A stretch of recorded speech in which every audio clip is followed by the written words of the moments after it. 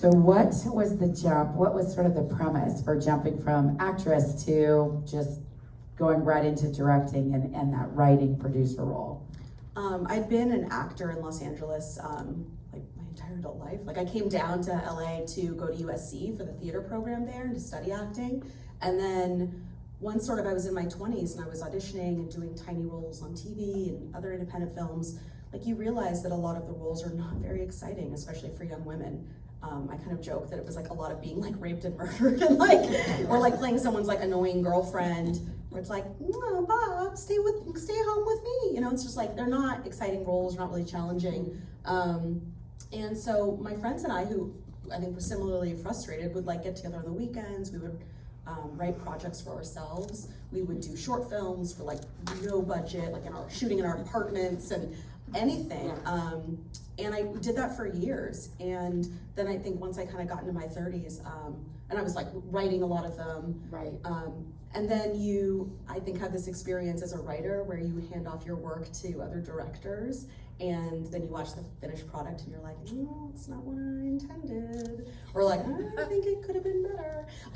So I think you sort of feel like, well, okay, well then like, I'm gonna have to start directing if like I want to have that creative control. So I think that progression from actor to writer to director, like we've seen it with, you know, Greta Gerwig, we've seen it with so many actresses now, is just starting to become more and more common. I think especially as a lot of women feel really empowered to take on more leadership positions in the industry. Yeah, absolutely. And were any of you at the Women on the Move panel yesterday? Yeah. Maybe, yes. And I think that was very thematic that, you know, and it does fall in line. If you really want your vision to come to pass, you're gonna have to take that action.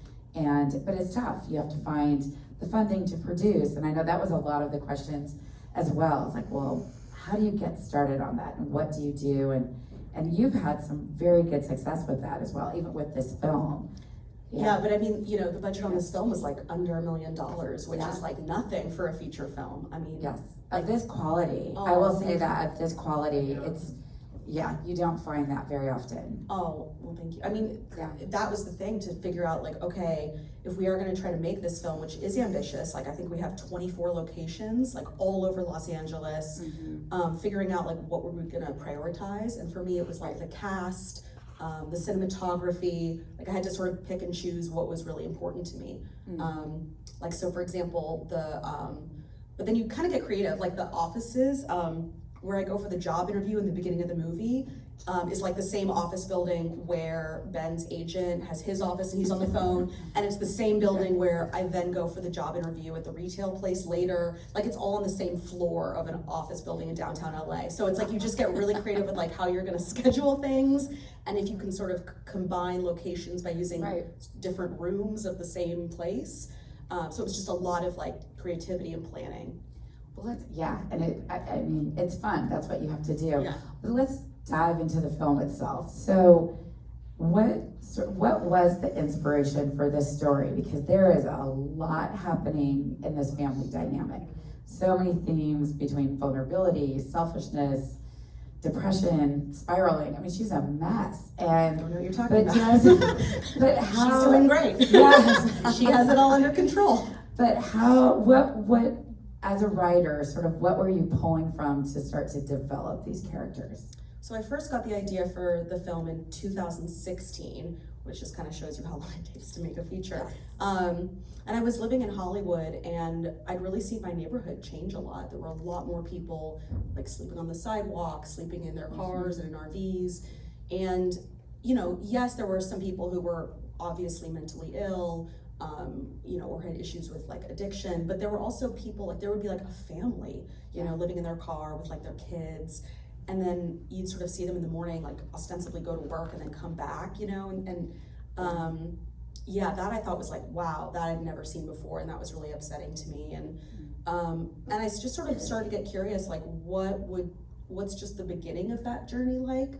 You know, you don't just wake up someday like living in a tent on the sidewalk. Like that doesn't happen. So like, how does that even start, you know? And I felt like there'd been enough movies that explored homelessness with the sort of angle of mental illness or drug addiction or, aging out of the foster care system. So I was sort of curious, like, what if it was someone who was just like your average middle class woman, and she had just gone through enough traumatic things and was just very unprepared financially, and felt like she couldn't turn to anyone. And what if it was more an exploration of someone's pride? So I kind of wanted to explore that. We don't say it explicitly in the movie, but we had decided that when the movie starts, Beth has been living in her car for only 2 weeks.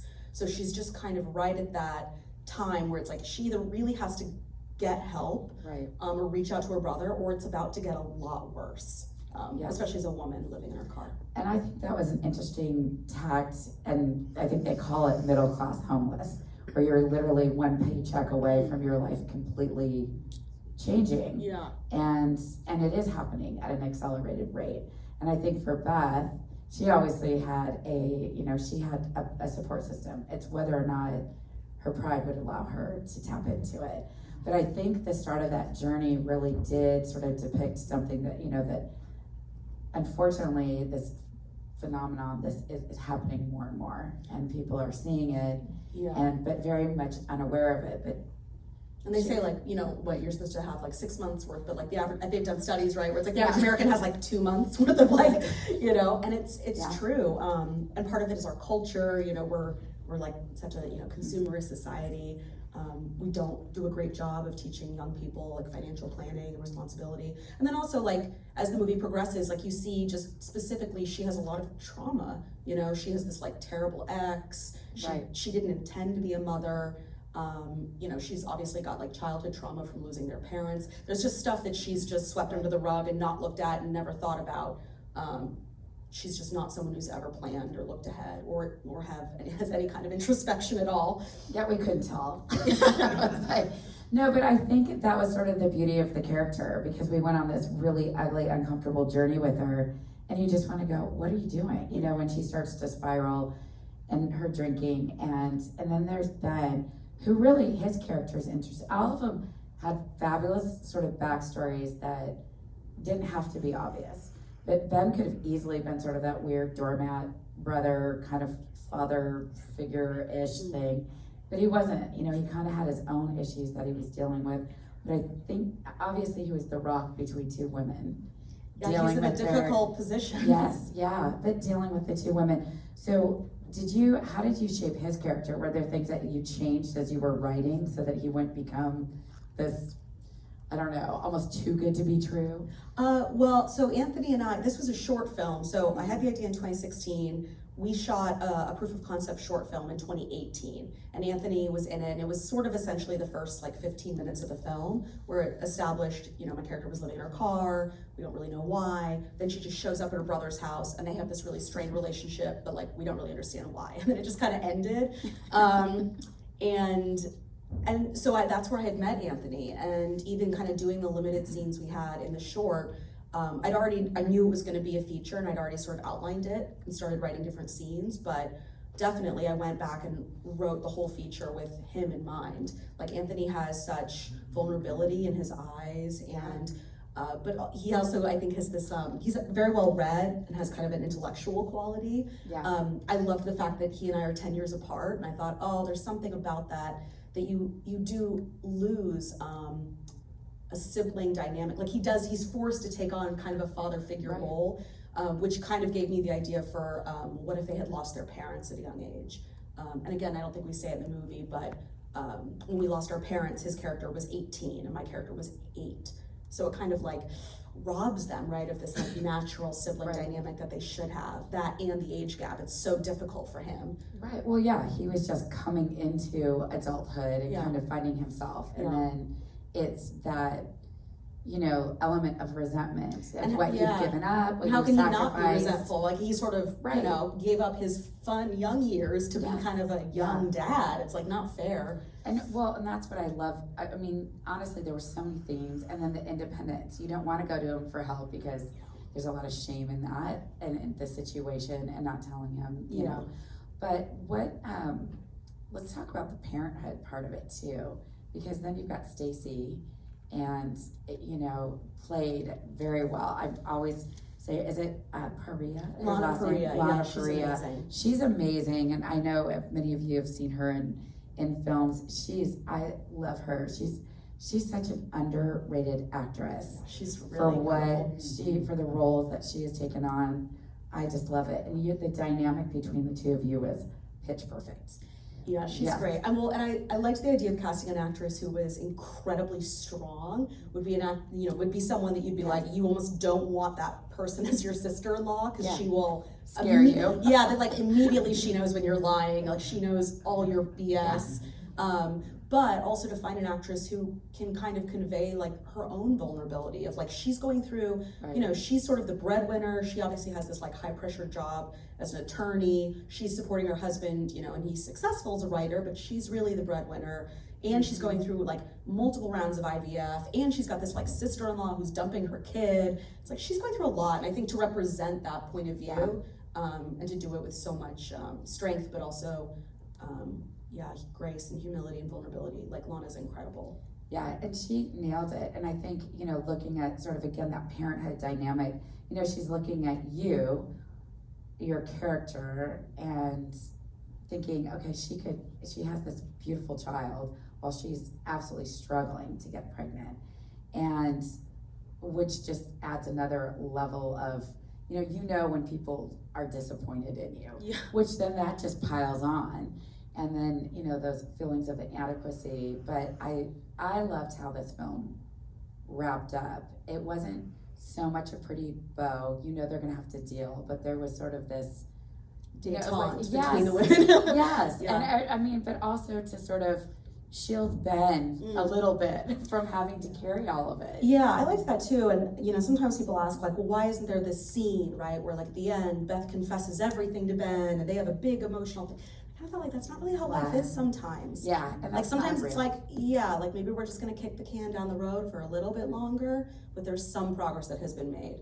And I think, even the two women agreeing like no more bullshit, is progress, is big progress. Right. Well, I think with your character, as soon as she decided that honesty was gonna work, even at the job interview, you could have made up anything at the job interview, but she said, I have a shitty boyfriend. Ex-husband, and that instantly resonated.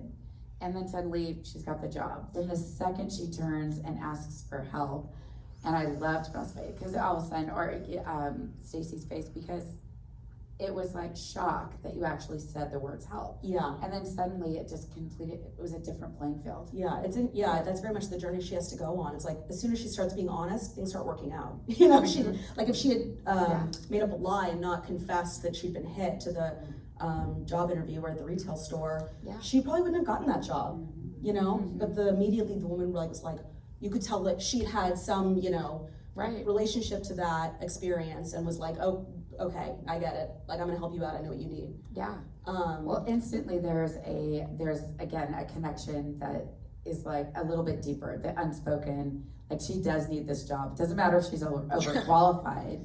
But the situation, changes. Yeah. And I think that was really important to show, because that really, again, to see characters resonate with what might be going on in someone's real life, as much as this is a narrative feature and it's entertaining and it's deep and you cry and you laugh, it's going to hit home with someone in the audience, and that might be their situation. Yeah, absolutely. Yeah, absolutely. And I was just, as a director, I'm like now just flinging my hands, sorry. What did you learn stepping into that role and into this future role, maybe about yourself? Because that's a different, I don't want to say leadership, but you're really steering the ship, but you're also acting in it. Mm-hmm. So what did you find out about yourself and, as an actress on this next journey and sort of evolving into this new role? I think you don't know, right? If you can direct a feature film until you direct a feature film. You're like, can I do this? Like, even if you've directed shorts or smaller shoots, like web series and things, you're like, can I be a film director for a whole narrative feature? And then you realize that like how much you hold yourself back. That you're like, oh, the only person who was like saying maybe I couldn't do it really was me. Like no one was like, you can't do it. It was me in my own head thinking like, oh, it seems like such a mountain to climb. but you get a great crew around you. You know, I had an amazing DP, an amazing producer, first AD, like all these people that you bring on during pre-production are there to help you, you know, realize your vision. Right, and they want to see it succeed. They're not just there to waste their time, but there is that level of stress, you know, you kind of want to be friends, but you're the boss, but you've got to, you know, you really do have to toe the line, and there is a budget that has to be. Yeah, I mean, I do joke sometimes, it's like, you can't let, like everyone's friends, but like you can't let the inmates run the asylum, you know, like you do have to, you do have to, because you have a huge responsibility, because like production, sometimes people can get into this like, oh, it's summer camp and we're all friends, but you are the one who, when summer camp ends, you know, you're cleaning out the cabins, shutting everything down for the winter, you know, picking up the litter, like, I mean, obviously not literally, but like you're gonna be with the project you've been with it for so much longer before all these people come on board, and then you're gonna be with it for so much longer when all those people leave. So part of maybe at times being not strict, but like very clear on set is you know what this is supposed to be, and you can't let it slide into something less than what it should be and can be, because you don't want to waste anyone's time either. Absolutely, and also I'm sure with other actors in it, you know, they start to read their lines, and then there's the creative part, like, well, can I have him say this, or can she be entering this way? Was there a lot of interaction with the other actors in the film to sort of maybe hone what they did, or did you have very clear ideas of what you wanted them to do? I did have clear ideas. Part of it was because I had worked with Anthony before and had sort of tailored the script to him and his sort of unique energy and talent, that like he automatically was sort of doing it the way that I was like, all right. And we talked, you know, we had conversations before we started filming with him, with Lana, with some of the other supporting cast as well, about like kind of what we were going for in terms of tone and what the role represented in the larger scheme of the film.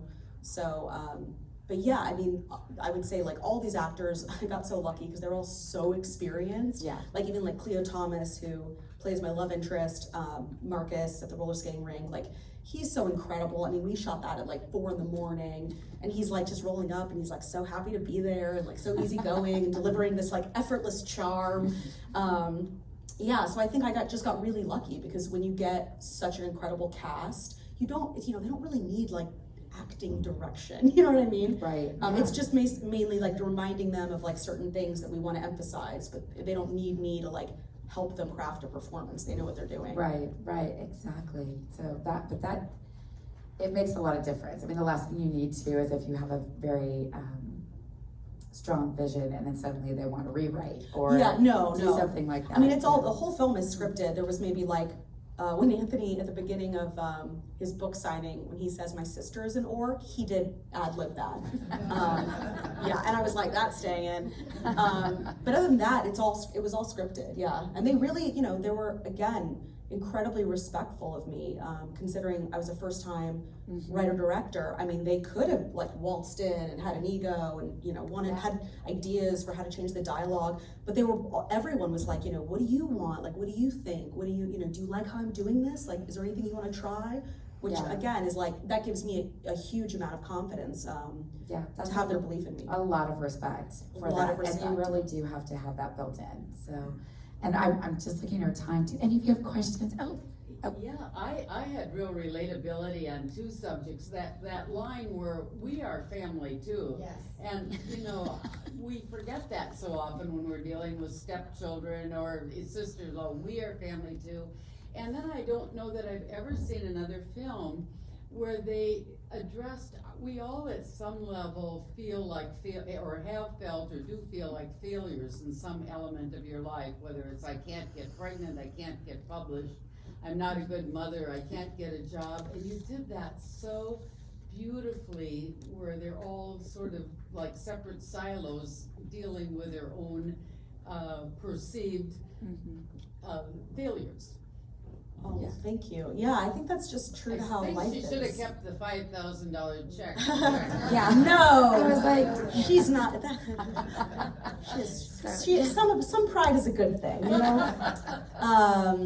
Yeah, thank you so much. That was really important to me. I think and that's true to how I sort of see life. You don't get, I don't know a single person who's gotten every single thing they ever wanted out of life. But if you can get like a good chunk of it, great, you know? Some people get nothing, you know? You privately feel like a failure, you don't advertise it on the street. Yeah, but you can tell, it's like, you know, she's got huge self-esteem issues.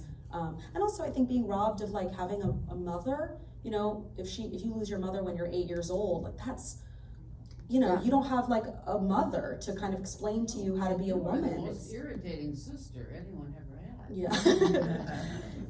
One question, is that Dawn? I can't, I'm like, the light is in my face, so yeah.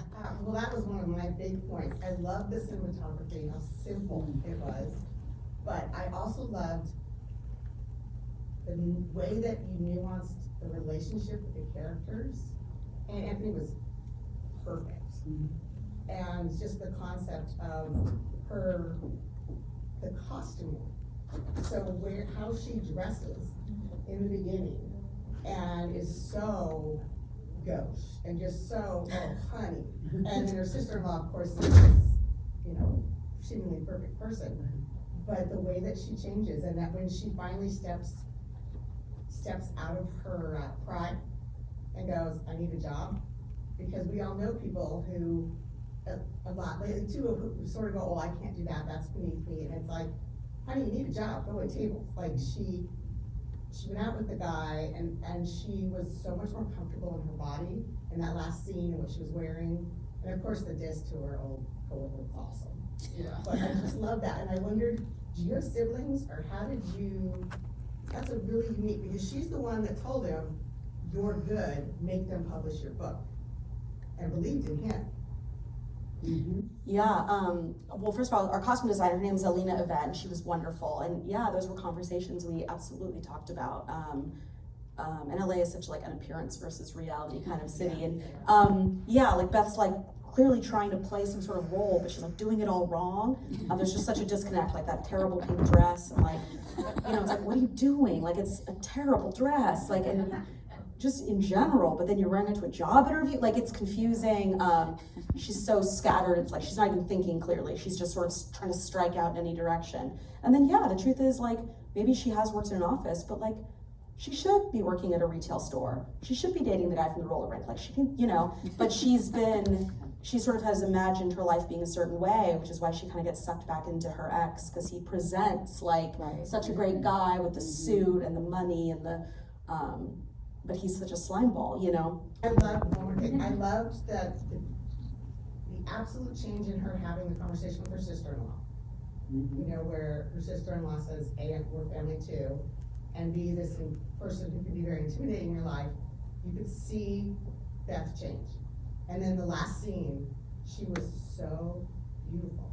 Like and that was just really, I wondered if those were extremely intentional or were natural outcroppings of the way the character developed, because at that very end scene was just, she was gorgeous. Oh, thank you. The beginning of the movie, it's like our Lily, our hair makeup artist, like we talked about everything being really like kind of strident, and like I'm wearing like really kind of dark red lipstick and everything, like my hair is sort of severe, and again, the terrible pink dress. And then softening the look as the movie goes on, like the red lipstick goes away, like the hair gets a little like more casual. She's wearing khaki pants, she's wearing just simple pants, like a blouse, and she's relaxing into herself. She sort of doesn't care anymore about like pretending to be a certain kind of woman in Los Angeles, in Beverly Hills. And that kind of last moment, it's like, we got lucky that day because there was like a light breeze. And, but all of that was really intentional, kind of, we lit it sort of very softly, and we wanted it to be like a very gentle, quiet moment. Thank you. Yes, question in the back. So, as a first-time director and as an established actor, you said that you got confidence from your surrounding team's confidence in you, but did you have somebody in your team? You said you had a great AD who checked you as an actor, or that you went to for saying, okay, you understand you know the story, you know my intentions. Did you have a double set of eyes on starring in it and directing it, because of course the director has the last cut. But as setting forth to the perception of your character, did you have another person that you trusted, as much as yourself? No, so, as an actor, I don't, watch myself, like, so as an actor, I don't watch playback of myself, like, I have no interest in looking at myself and seeing, like, on set what I'm doing, like, I just have no interest in it, it doesn't, like, work for me as an actor, so I sort of see it, like, my role as an actor is to kind of, like, generate raw material, and I've been acting for so long, you can kind of feel it, like, you can kind of feel if you're in the zone of what you wanted to achieve, and if it seems like there's something happening between you and the other actor, like there, you can feel it. And I think because I'm in my 30s now, like, and I have been acting for a good amount of time, I could not have done this if I was like 24, like no way. But like I can sense like, oh, this is going badly. Like if I'm in a scene with another actor, I'm like, nope. Or if I'm like, we're circling it. Like I can kind of have a little bit of a sense of like, are we getting close to what I was sort of imagining? But it happens between you and the other actor. So it's not really a question of like, what is my face doing? But that being said, I did have an incredible script supervisor, and that is helpful because I think I would sometimes just chat with her and be like, for continuity reasons, I would say like, remember we're coming out of this scene, and even if the scene right before it we had shot 2 weeks before, I would be like, I just want to make sure we're kind of matching where I was coming from. And she'd be like, right, yeah. So like sometimes if she felt, I don't know if energetically like that will be quite a good match, I would be like, okay, let's do it again, and I'll just dial it down or dial it up, or come with more energy, more technical things like that. But no, I like to act from a really instinctual place. Merridee. Yeah. Quick one. I would love more people to see this film. Me too. I know, I love it. That's what, it's so hard during festivals. It's just, and I'm wondering, is it gonna get picked up? Did it get picked up? How can I get the rest of the world to see this? It's so contemporary, it's so now, there's so many themes. It's just wonderful. So can you tell us about that possible path? The next steps. Thank you so much. We don't have distribution yet, so I have a sales agent who's sort of shopping the film to various distributors. So we're hoping to get distribution and have the film come out in like spring or summer of next year. Most likely it'll be on a VOD on a one of those platforms, Streaming. somewhere. Yeah. But Not yet. Tell all your distributor friends. I was gonna say, keep us posted as well, Absolutely. because we've been so fortunate as a film festival that many of the films that we screened last year popped up on Hulu and Netflix, and then we push it out and we get to promote it and let them know. So keep us posted because we love promoting it. I mean, there's a reason why it's in our festival, and we do want to continue to see the success. So Absolutely, yeah. Yeah, absolutely. But thank you so much Thank you for guys so much joining again us. for coming. I really appreciate it. Yes, it was fabulous.